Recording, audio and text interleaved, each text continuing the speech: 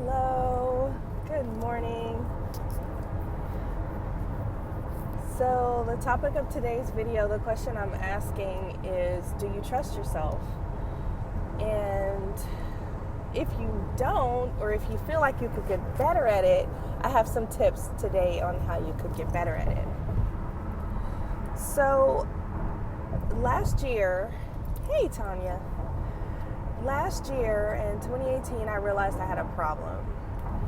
Not just a financial problem. It started with the financial problem. When I realized I had a lot of debt, that was like the first thing I noticed.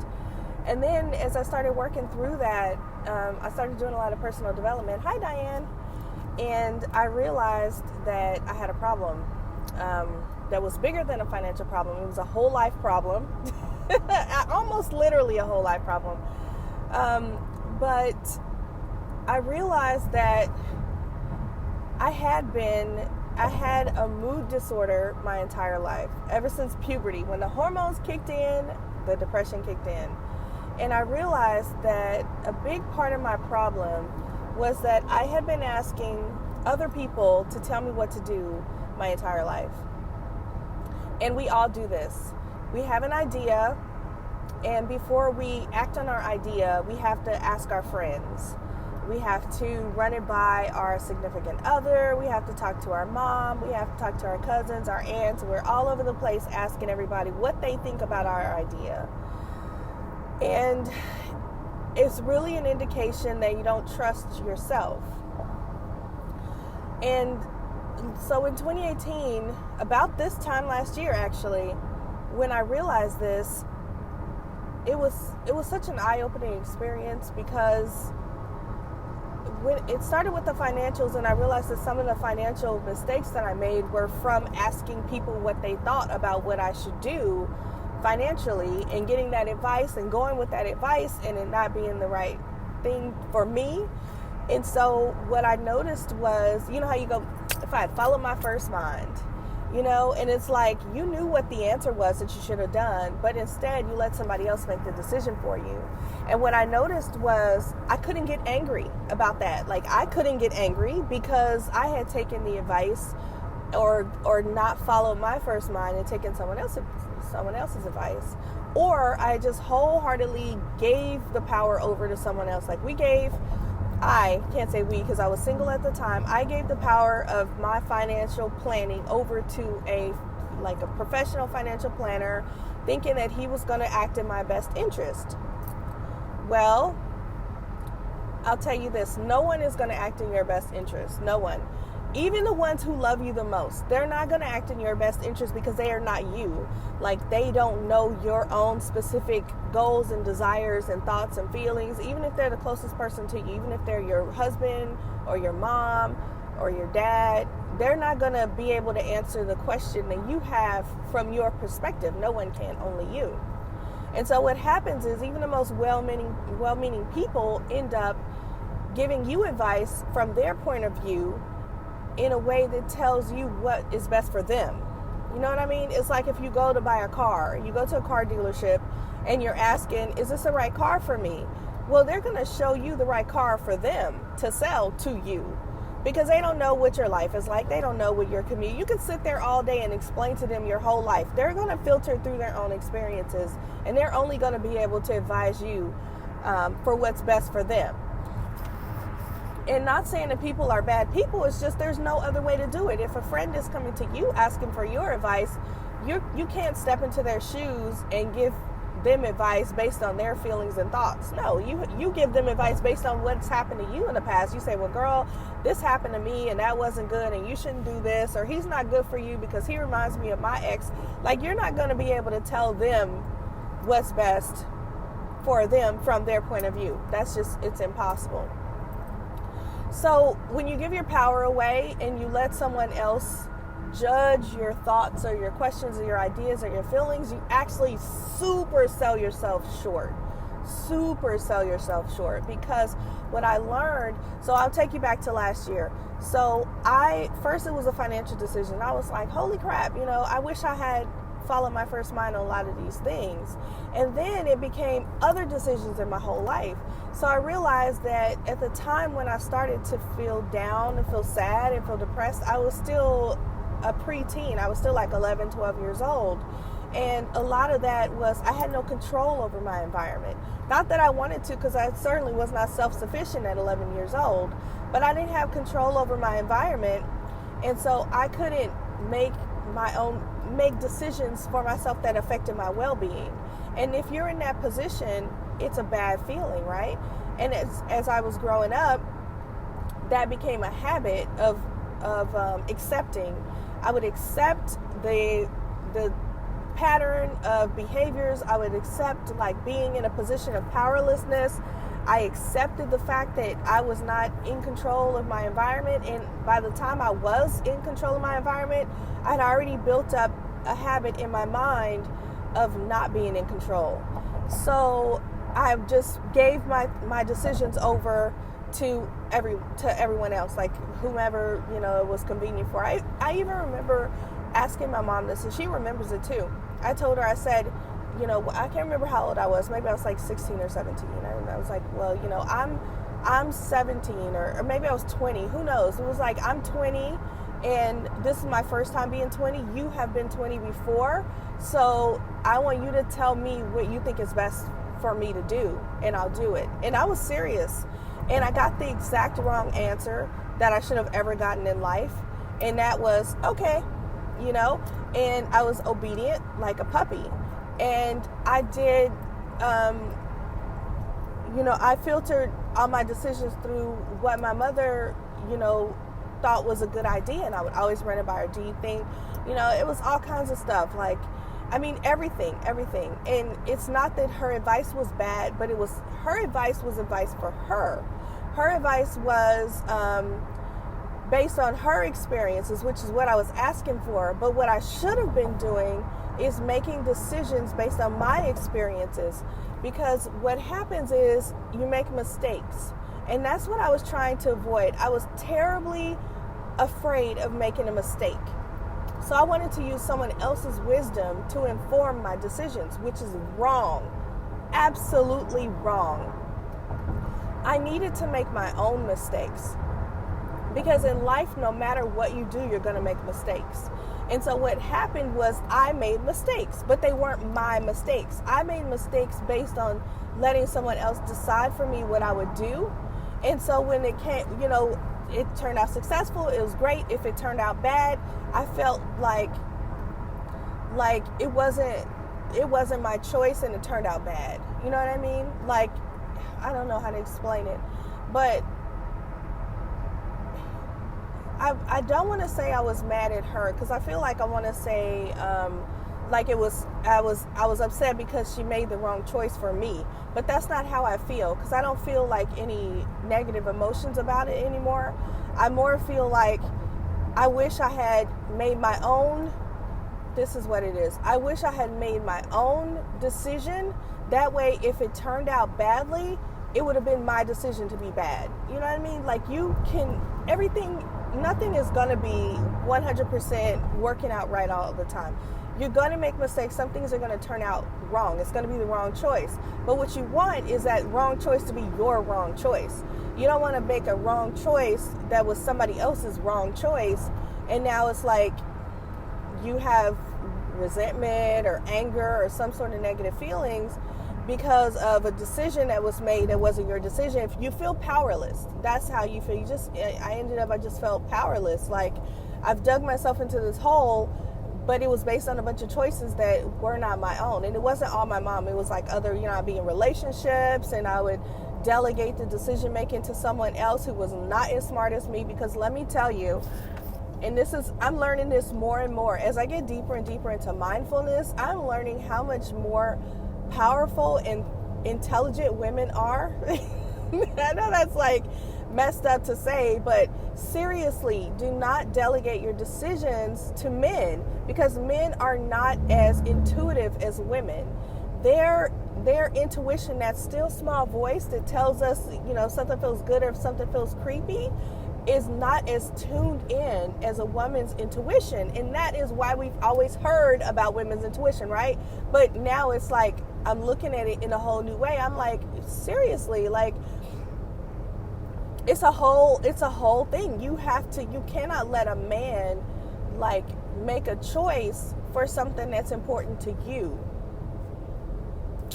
Financially, emotionally, with your physical body, anything like that. They just won't get it. And to be honest, you shouldn't let anyone make a decision that's not based on your own feelings. All right. So what ended up happening is, for the rest of 2018, like the last 6 months of 2018, I got really, really angry. I was really angry. And I've talked about this before. But I was so angry, and it was such an irrational anger. Like, that's not the type of person I am. I can be opinionated and, I'm obviously chatty and talkative about my opinions. But the anger that I felt was something, it was like all the anger from my entire life was bubbling up to the surface. And now I know from listening to Abraham Hicks, I know that was God shaking me up. It's like everything was being unearthed. And that stuff that was coming up, it looked like rage. It looked like rage because I couldn't just sit back and be comfortable anymore. I had to move some things around in my life, and it was just bubbling up to the surface. Anyway, that's a whole other talk. But what happened in my relationships is that I stopped caring what other people thought, and I stopped caring what other people were telling me that I should do for my life. Because I started to realize that I was my own best counselor. That I was the one who had all the answers. Just me. No one else had the answers for me. No one else could look at my life, walk in my shoes, and take the question that I had and say, what's best for you? It's this, this, and this. No. If you ask anybody what's best for me, they're going to tell you what's best for them for you. So I took my own experiences and I started making decisions for myself. Right around the same time, it was August of 2018 when I encountered the Ultimate Life Binder and Michelle Rohr. And guess what? Her tagline is taking 100% responsibility for your life. Now, it may have seemed irrational how much I latched on to this girl and this concept, because it was like she was telling me exactly what I needed to hear. She was talking about how she was living her life. It was the same year 2 times in a row. Nothing changed. She was stuck in this rut, just feeling sad and depressed because her life was not moving forward. I was like, that was me, 20 years. It's like, seriously. And I had to realize that I had to take 100% responsibility in my life. If you give 1%, even 1% of the responsibility for your life to someone else, that's relinquishing control over that 1%. If you are a captain of a ship and you are steering your vessel, you will never, ever, ever, ever, ever let anybody else get behind the wheel of that vessel and move it in any way. And I'm not, I don't know nothing about that. I've told y'all before, I always have these Navy references. I don't know nothing about the Navy. I'm not Army. I don't know nothing about steering a ship, captains, all that stuff. But this metaphor is in my head. This picture makes so much sense to me. You don't let anybody else drive your boat, right? And I always tell you guys about boats. You are in a rowboat. You're rowing your own boat. If you have tiny children, like I have tiny children, your little children are in your boat with you, but your husband is in his own boat. Your mother is in her own boat. Your father, your brothers and sisters, they're in their own boats. Everybody has to steer their own life. Never at any point are you allowed to get out of your boat, climb into somebody else's boat, and row it for them. Not even 5 miles. 5 miles? That seems like a long time. Half a mile down the river. You're not allowed to. Do you row boats on the river or in the lake? I don't know. Whatever it is, you stay in your boat, and you never ever let somebody else climb out of their boat to get into your boat to row you anywhere. No, not at all, unless you were incapacitated in ICU or something like that. But even still, You are in control of your own life. Let me tell you how to trust yourself. Because last fall, this is what I started to learn how to do. For the first time ever in life, I had to teach myself how to trust myself. What I had noticed was I had been in relationships. I remember my very first boyfriend. Ever since then, I had been in relationships where I felt like if the relationship didn't work out, I felt like I had failed somehow, that I had picked the wrong person. Because as a perfectionist that I have always been, I thought that the very first person I picked was that was it. That's the one. Like, that's the person, right? And when it didn't work out, I was like, dang, what did I do wrong? What did I get wrong about this? I wasn't, I thought I was sure about this. And so every time I got into a relationship and it failed, I felt like it was my fault. Like I picked the wrong person. I, was careful when I chose them, chose the wrong one. Darn it, it's my fault. So little by little, I stopped trusting myself in relationships. And then it happened in other ways too. If you go on a diet, a diet, right? Not like your regular diet, but like you go on the special finite period of time diet, and it doesn't work out, or you lose the weight and you gain it back, or you try this exercise program and you don't stick with it, or you start your New Year's resolution and you work out for you're hardcore until like February 13th. And then that's it. And then it's like, dang, all these little times that you fail, these perceived failures, I should say, cause you to chip away at the trust you have in yourself. Because the next time somebody comes to you and they're like, oh, we've got this fit club going on, or we have CrossFit coming up or something, in your mind, your subconscious mind is saying, girl, you're not going to stick with that. You're not even good at that. The last time you tried that, it was a horrible disaster. There is no way. You can try it if you just want to, join in, but, it ain't going to work for you. Or, you can try, but you're going to lose a little weight, but you're going to gain it all back. You know what I mean? Like those little voices, that's you not trusting yourself. So this is what I started doing last fall. I started promising myself very, very tiny things. Tiny, ridiculous things I would start to promise myself that I would do. Like for exercise, because I had so many times where I'd be like hardcore exercise and I would be like lifting weights, I do all this wonderful stuff, and then I would fall off the wagon. I beat myself up like, I knew you couldn't do it. You couldn't stick with it. It was just a little phase. So I started to promise myself that I would do yoga every day. And I had this whole thing, daily yoga every day. But my daily yoga was like one downward dog a day. That's it. I'd be like, you are going to do one downward dog a day for a whole month. And it wasn't about the exercise, but it was about building trust in myself. So every day I'd be, life happens, everything's busy, but you are not too busy to do one downward dog a day. You can do it in your pajamas. You can do it in your work clothes. You can do it in your office. You can do it anywhere. So I would at some point go like, I need to do my one dog a day. So I would do that one yoga pose a day, which a lot of times, depending on where I was and the circumstances, it would turn into an entire vinyasa flow or whatever. It would be more than one downward dog. It'd be like a whole thing and it'd be so wonderful. But sometimes it was just one downward dog a day and I'd be like, check, done it. And it built trust. It built my trust in myself. And it was all about me. It wasn't about me telling anyone else what I was doing. It was just about me learning to trust myself. So it started with these little things. And you could promise yourself anything, just a small thing, tiny. Make it doable. And then it can be bigger if you want to, but every single day doesn't have to be a full out 30-minute CrossFit, HIIT workout or whatever. It can just be something small. So then I built it up to a little bit bigger things. And I noticed, so I had a setback, I think it was February or March. I had a friend who, what do you call it? Beachbody. She's a Beachbody coach, and she gave me like a free month of Beachbody. And I felt this feeling like uneasiness. I feel it now just thinking about it, just telling this story. I felt like this feeling of uneasiness, and I was like, because I know myself, and that little voice in my head was saying, girl, don't join in something that you're not going to finish. Because if you join in something, a 30-day or 21-day reset or whatever it's called, if you join in something that you're not confident that you're going to finish, when you don't finish it, you're going to feel like a failure, and you're going to feel really bad about that. So I was like, okay, but she was my friend, and I was like, oh, so I did it.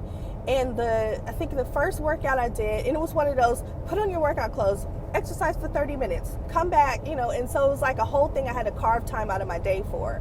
So I was half-assing it, and like one of the first workouts of the first week, I hurt my back. I was icing my back. I was wearing these ice packs around my waist to work. I was wrapped up with an ace wrap. Like, I could not move. I hurt my back. I actually healed it with meditation, which is a whole other story, but it was really awesome. Like, back pain, gone. Like, meditate, 5 minutes, back pain, gone.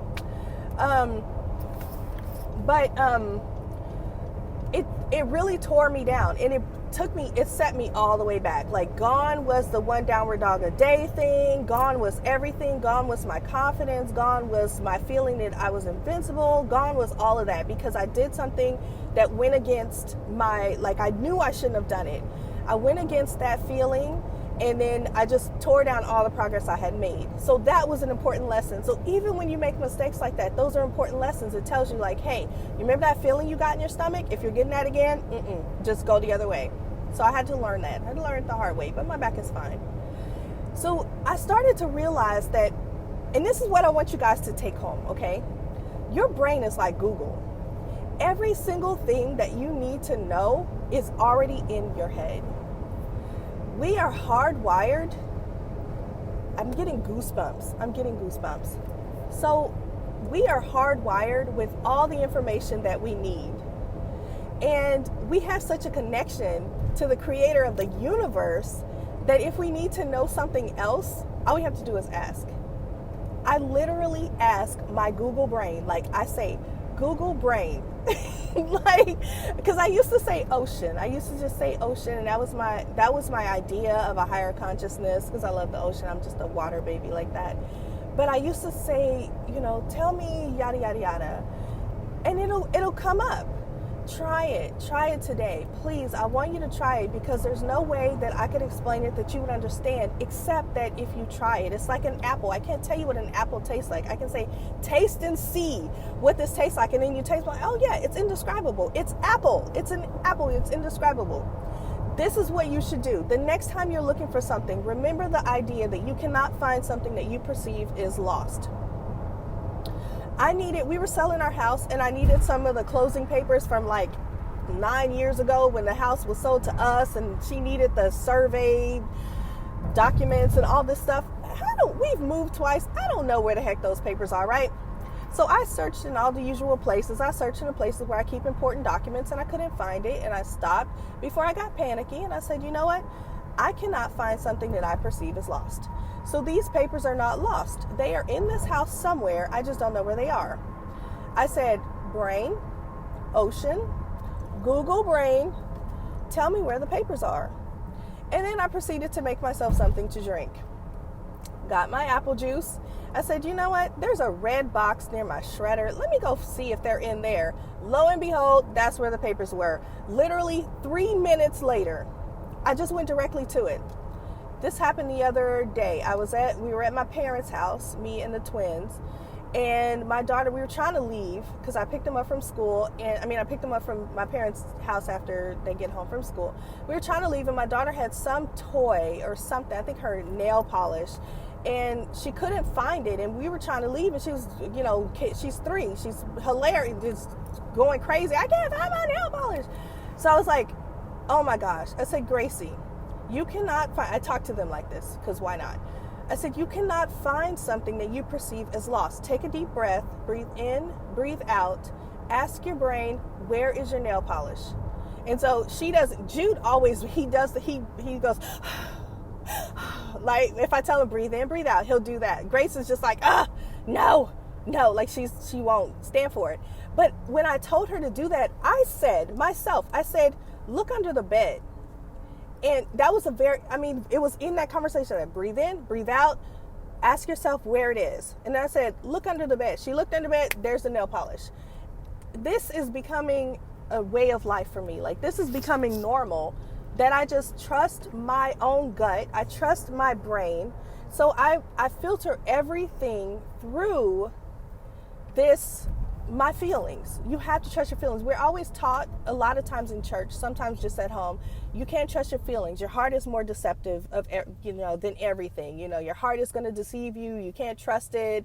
You're just wrapped up in your feelings. You're just being, hysterical or whatever it is. But no, if you really take the time to listen to your body, ask yourself a question. I ask myself a question all the time. Start with little things. Start with things that are low stakes. Don't ask yourself, should I move to North Carolina? Self, what does that feel like on day one? No, ask yourself, what shirt should I wear to work today? Which shoes would make my feet feel the best today? Just ask, pause, take a deep breath, and see what you feel. If you feel anything like a tightness, that's a no. If you feel anything like a fluttering or any kind of nerves, that's a no. But if you feel something that's like a light feeling or freedom or openness or air, that's a yes. So go with that. Start there. Start with something super tiny. Ask yourself something right now, anything. And start with something super small. See how you feel. If you really want to test it out, you can think of something negative, like you can think of something horrible that's happened to you recently and see how that makes you feel and say, okay, that's what it feels like to get a no. And then think of something really happy that makes you feel good, like the sound of your children laughing or puppies or whatever, kittens if you're a cat person, and then feel what that feels like, that bubbling happiness feeling. That's a yes. And then just start asking yourself, trust yourself for every tiny decision, every little decision. And most importantly, stop calling everyone. Stop calling all your friends, all your family members, all your cousins, your Aunt Jackie. Stop calling all of them to say, I have this idea and I think it's a good idea. What do you think? Because no. Everything you need to succeed in life is hardwired into you already. It's already in your brain. It's somewhere. Your brain has so many, all the experiences you have, it's all locked in there. It's all locked in. You can ask people who work with patients with brain injuries, the things that come up later that are like, random things, everything is locked in there, all your experiences. And I want to say one other thing about that too. There's so much around us sensory-wise that's coming into us. Our brain filters what we actually see. I'm going to talk about this on a whole show itself, but what you actually see is just the picked apart pieces that you need to see for what you're asking to see at that moment. There's all kinds of other information that's coming into your brain.